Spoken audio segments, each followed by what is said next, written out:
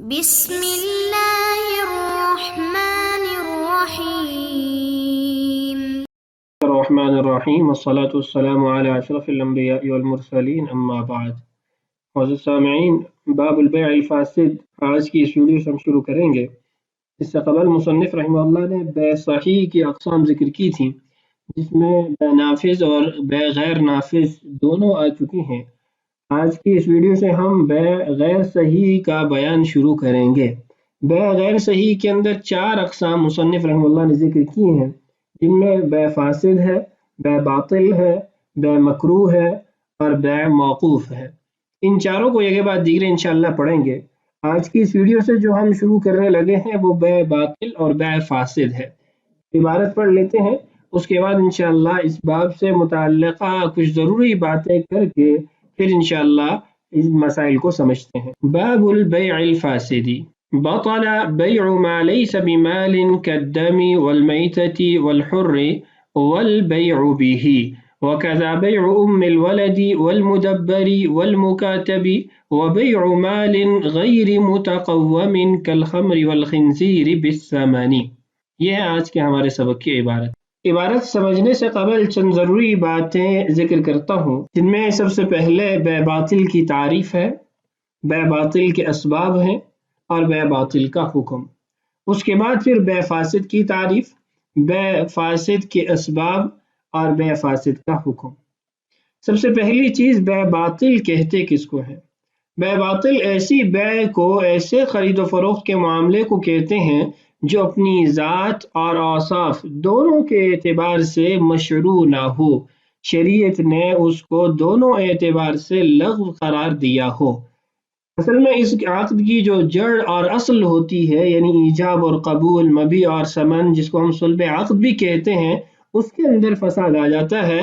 اور جب صلب عقد کے اندر کوئی فساد اور خرابی ہوتی ہے، اس سے تمام معاملے کے اندر یہ خرابی سرایت کر جاتی ہے، جس سے مکمل طور پر یہ معاملہ لغو ہو جاتا ہے۔ آپ اس کو یوں بھی کہہ سکتے ہیں کہ جس بیع کا شرعاً بالکل بھی اعتبار نہ کیا گیا ہو اور وہ لغو ہو، جیسے عاقدین نے کچھ عمل ہی نہیں کیا، کچھ انشاء ہی نہیں کیا، کسی چیز کو وجود ہی نہیں دیا، تو یہ بیع باطل کی تعریف ہے۔ بیع باطل کے اسباب کیا ہے؟ نیچے حاشیے کے اندر اس کے 5 اسباب ذکر کیے گئے ہیں، میں خلاصتاً ان کو عرض کر دیتا ہوں۔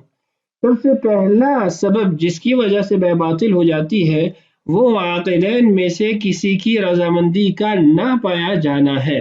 جیسے زید نے آپ سے کہا کہ اپنا یہ موبائل مجھے بیچو، اور آپ نے کہا میں نہیں بیچتا۔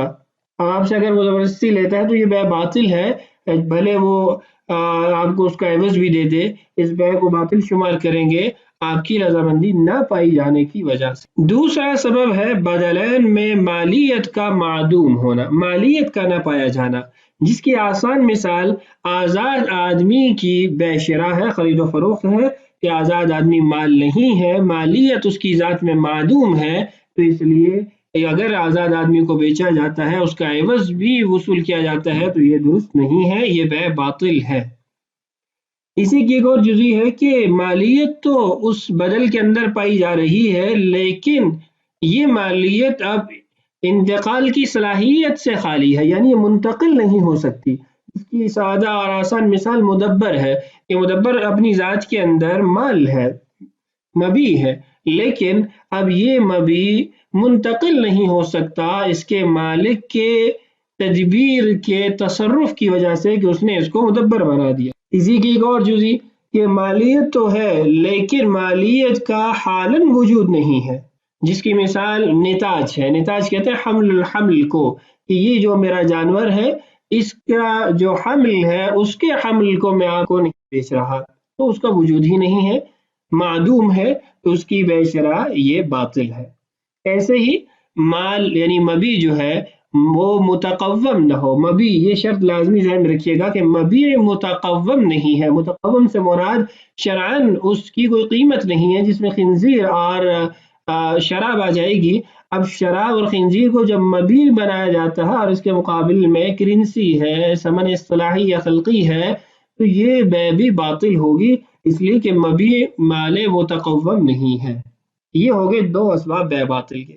تیسرا سبب بے باطل کا یہ ہے کہ عاقد کا اہل نہ ہونا، مشتری یا بائع کا اہل نہ ہونا، ان کے اندر عقد کی اہلیت کا نہ پایا جانا.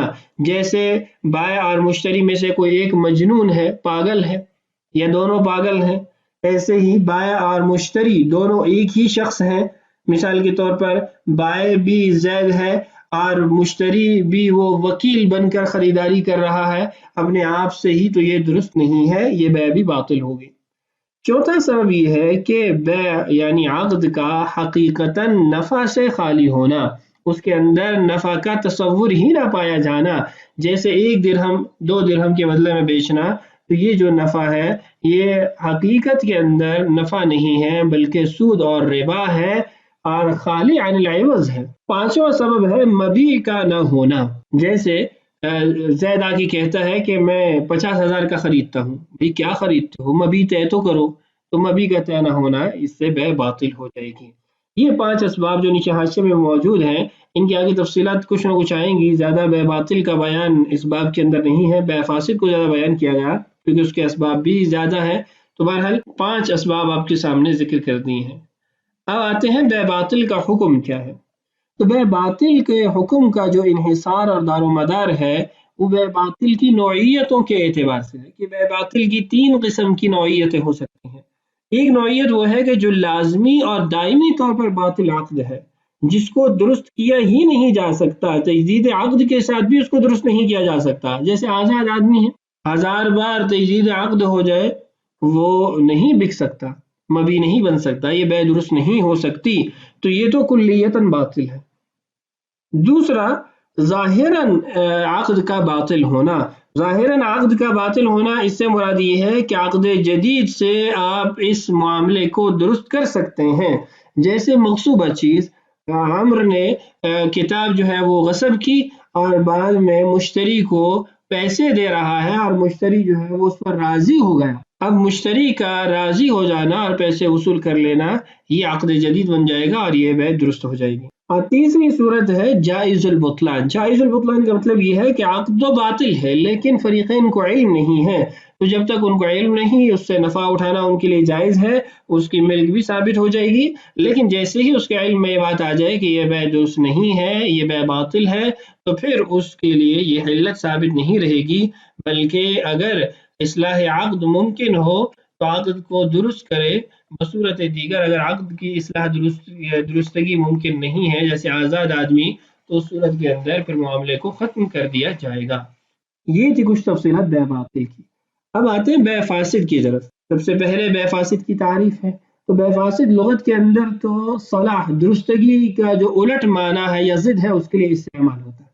اور شرعاً یا اصطلاحاً بیع فاسد کی تعریف یہ ہے کہ ایسی بیع یا ایسا عقد بیع جو اپنی ذات کے اعتبار سے، اصل کے اعتبار سے مشروع ہو لیکن وصف کے اعتبار سے مشروع نہ ہو.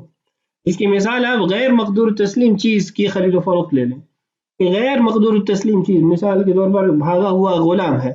اب اپنی ذات کے اندر تو وہ مبیع ہے، اس کو خریدا بیچا جا سکتا ہے، لیکن وہ بھاگا ہوا ہے.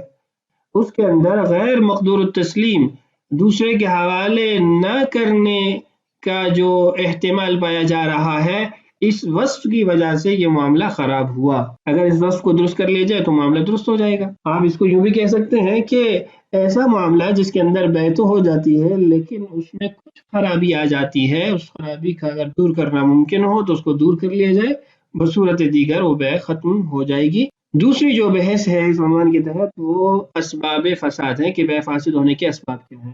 تفصیلی طور پر مصنف رحمہ اللہ نے تو تقریباً 25 کے قریب وہ اسباب ذکر کیے ہیں، لیکن نیچے حاشیہ میں اس کے 5 تقسیمات یا اسباب ذکر کیے گئے ہیں، جس کے تحت بہت ساری وہ جزئیات بھی آ جائیں گی جن کو تفصیلاً مصنف رحمہ اللہ نے ذکر کیا ہے، لیکن یہاں میں 5 کو ذکر کر دیتا ہوں. آگے انشاءاللہ عناوین کے تحت جب آپ مسائل پڑھیں گے تو 25 کے قریب جو اسباب یا عناوین ہیں وہ آپ کے سامنے آ جائیں گے. سب سے پہلی چیز یہ ہے کہ نزاع اور جھگڑے کا احتمال پایا جانا. ایسا عقد جس کے اندر جھگڑے اور نزاع کا احتمال پایا جا رہا ہے، جس کی متعدد صورتیں ہیں. ایک صورت غیر مقدور تسلیم کی بیع شرع ہے. ایسے ہی ضرر کا پایا جانا کہ بائع نے اپنے گھر کے اندر چھت کے اندر لگے شہتیر کو بیچا، اب شہتیر نکالنا اس میں نقصان ہے، اور اس میں آپس میں جھگڑا ہو جائے گا۔ ایسے ہی لوازم بے یعنی ضروریات بے کا ترک کرنا، جس میں ایک مثال یہ ہے کہ سلم کے معاملات کے اندر آپ مبی کو مؤخر کر سکتے ہیں، لیکن سلم کے علاوہ دیگر جو عقود ہیں ان کے اندر مبی کا مؤخر کرنا۔ تیسرا سبب فساد یہ ہے کہ اس عقد کے اندر، اس معاملے کے اندر ربا کا شبہ پایا جائے۔ اس کی دو مثالیں ذکر کرتا ہوں، تفصیلات ان کی آگے آ جائے گی۔ ایک تو بے مزابنہ ہے، اور دوسرا بیع الشیء باقل مما شرع، یا آپ یوں بھی کہہ سکتے ہیں باع الشیء باقل مما شرع۔ چوتھی چیز یہ ہے کہ ایجاب اور قبول کا جو طریقہ ہے اس کو تبدیل کر دینا، جس کی مثالیں ملامسہ ہے، منابذہ ہے، چیز کو چھونا تو اس سے بے تام ہو جانا، یا پھینکنا تو اس سے بے وجود میں آ جانا۔ یہ تمام مسائل اس باب کے اندر مذکور ہیں، آگے ویڈیوز کے اندر انشاءاللہ آپ کو مل جائیں گے۔ پانچویں جو چیز ہے وہ یہ ہے کہ عقد کے اندر ایسی شرط لگانا جس کا عقد تقاضا نہ کرتا ہو، یعنی عقد کے تقاضوں کے خلاف ہو، اور اس میں بائع مشتری یا مبی کسی کا بھی اس میں منفعت ہو، مبی جب استحقاق رکھتا ہو، اہل استحقاق میں سے ہو، اس میں نفع ہو، اور عرف کے اندر اس کا چلن نہ ہو، شریعت نے اس کی اجازت نہ دی ہو۔ مختلف اس کی آگے قیودات ہیں، وہ انشاءاللہ آپ پڑھیں گے کہ زائد شرط لگا دینا جو عقد کے تقاضوں کے خلاف ہے۔ مختصر اتنا سمجھ لیجئے، تفصیلات آگے اس کی آتی ہیں۔ اور یہ تو ہو گئے 5 اسباب فساد۔ اب آتے ہیں بے فاسد کا حکم۔ بے فاسد کے 5 احکامات اس باب کے آخر میں موجود ہیں، جس میں ایک ملکیت کا ثابت ہونا ہے، اگر چیز ہلاک ہو جاتی ہے تو مثلی ہے، مثل لانا لازم ہو جائے گا، قیمی ہے تو قیمت کی ادائیگی لازم ہو جائے گی۔ ایسے ہی فسخ کرنا واجب ہے، ضروری ہے، یہ اس کا حکم ہے۔ قولی یا فعلی تصرف مشتری کی طرف سے پایا جائے تو حق فسخ ختم ہو جاتا ہے۔ اور پھر جو اس سے نفع کمایا گیا، مبی سے جو نفع کمایا اس کا کیا حکم ہوگا، ثمن سے جو نفع کمایا اس کا کیا حکم ہوگا۔ یہ 5 احکامات ہیں، تفصیلات باب کے آخر میں اس کی آ رہی ہیں۔ تو بہرحال یہ چند باتیں آپ سے تمہیدی طور پر ذکر کر دی ہیں، مختصراً ہی ذکر کی ہیں، آگے اس کی تفصیلات انشاءاللہ آ رہی ہیں۔ اب آتے ہیں عبارت کی طرف۔ باب البیع الفاسد، بے فاسد کے مسائل کا بیان۔ فرماتے ہیں بطل بیع ما لیس بمال، جو چیز مال نہیں ہے اس کی بے شراء باطل ہے۔ کیا چیز مال ہے، کیا چیز مال نہیں ہے، اور کیا چیز مال متقوم ہے، کیا مال متقوم نہیں ہے، یہ ویڈیو نمبر 4 کے اندر آپ کو ملے گا، وہاں تفصیلی طور پر اس کو میں نے ذکر کیا ہے، وہاں اس کو سن لیجئے۔ یہاں بس اتنا بات واضح کر دوں کہ جو چیز مال نہیں ہے اس کو اگر بیچا جاتا ہے تو یہ بے باطل ہے، یہ بے منعقد ہی نہیں ہوگی۔ قدمی، جس کی پہلی مثال خون کی دی کہ خون کی خرید و فروخت درست نہیں ہے۔ رسول اللہ صلی اللہ علیہ وسلم نے خون کی کمائی یعنی خون بیچ کر کمائی کھانے سے منع کیا، اس کو حرام قرار دیا۔ ہمارے زمانے کے اندر بلڈ بینک قائم ہے جہاں خون وغیرہ بیچا جاتا ہے، خریدا جاتا ہے، تو یہ درست نہیں ہے، خون کی خرید و فروخت ناجائز ہے، حرام ہے۔ ہاں اگر مریض کے لیے خون کی اشد ضرورت ہو اور اس کے بغیر کوئی چارہ نہ ہو تو پھر خریدنے والے کے لیے تو گنجائش نکلتی ہے کہ وہ مجبوری کی حالت میں خرید رہا ہے، جان بچانے کے لیے خرید رہا ہے، لیکن بیچنے والے کے لیے شرعاً پھر بھی گنجائش نہیں ہے۔ والمیتۃ، دوسری مثال ہے مردار کا بیچنا، یہ بھی حرام ہے۔ رسول اللہ صلی اللہ علیہ وسلم نے ارشاد فرمایا ان اللہ ورسولہ حرم بیع الخمر والمیتۃ والخنزیر والاصنام، کہ اللہ اور اس کے رسول نے شراب، میتہ یعنی مردار، خنزیر اور بتوں کو بیچنے کو حرام قرار دیا ہے۔ تیسری مثال والحر، اور آزاد آدمی کو بیچنا بھی حرام ہے۔ اللہ کے نبی صلی اللہ علیہ وسلم نے ارشاد فرمایا ثلاثۃ انا خصمهم یوم القیامہ، 3 لوگ ایسے ہیں جن سے میں قیامت کے دن جھگڑا کروں گا، جن میں ایک وہ ہے رجل باع حرا فاکل ثمنہ، کہ جس آدمی نے آزاد کو بیچا اور اس کا ثمن کھایا، تو آزاد کی بے شراء بھی حرام ہے۔ والبیع بہ، اور ایسے ہی ان چیزوں کے ذریعے خرید و فروخت منع، یعنی ان کو ثمن بھی نہیں بنا سکتے، جیسے خون، میتہ اور آزاد کو مبی نہیں بنا سکتے، ایسے ہی ان کو ثمن بنا کر ان کے ذریعے کوئی چیز بھی نہیں خرید سکتے۔ آگے ہے وَكَذَا بَيْعُ أُمِّ الْوَلَدِ، ایسے ہی ام ولد کو بیچنا باطل ہے، یہ بے باطل ہوگی۔ ام ولد کہتے ہیں ایسی باندی جس کے ساتھ اس کے مولا نے وطی کی اور اس سے بچہ پیدا ہوا، اور مولا کا یہ دعویٰ ہے کہ یہ بچہ اسی کا ہے، تو اب یہ اس کے بچے کی ماں بن گئی ہے، ام ولد بن گئی ہے، اس کے مرنے کے بعد آزاد ہو جائے گی. اب ملکیت کی یہ قابل نہیں ہے کہ اس کا کوئی مالک بن جائے، تو اس لیے اب اس کو اگر وہ بیچے گا تو گویا اس باندی کا حق ضائع کر رہا ہے. اب اس باندی کے اندر مالیت کے انتقال والی، منتقل ہونے والی صلاحیت ختم ہو چکی. ایسے ہی والمدبری، مدبر ہے. مدبر ایسے غلام کو کہتے ہیں جس کو آقا نے کہا کہ جب میں مر گیا تو میرے مرنے کے بعد تم آزاد ہو. اب اس کے اندر بھی انتقال مالیت والی صلاحیت ختم ہے. والمکاتبی، ایسے ہی مکاتب کی بے شراء بھی درست نہیں ہے. اور مکاتب کہتے ہیں جس کو آقا نے کہا کہ اتنا مال لاؤ، اگر تم اتنا مال ادا کر دیتے ہو تو تم آزاد ہو. تو ان جتنی بھی اس سے قبل چیزیں گزری ہیں، ان تمام چیزوں کو مبی بنانا بھی درست نہیں ہے اور ثمن بھی نہیں بنایا جا سکتا، بہر صورت بے باطل ہی ہوگی. اب اس کے بعد ہے آخری جزی، اس کو دیکھیے، اس میں تھوڑی تفصیل ہے. وَبَيْعُ مَالٍ غَيْرِ مُتَقَوَّمٍ، اور مال متقوم کا بیچنا یہ باطل ہے، یعنی ان کی بے یہ باطل ہے.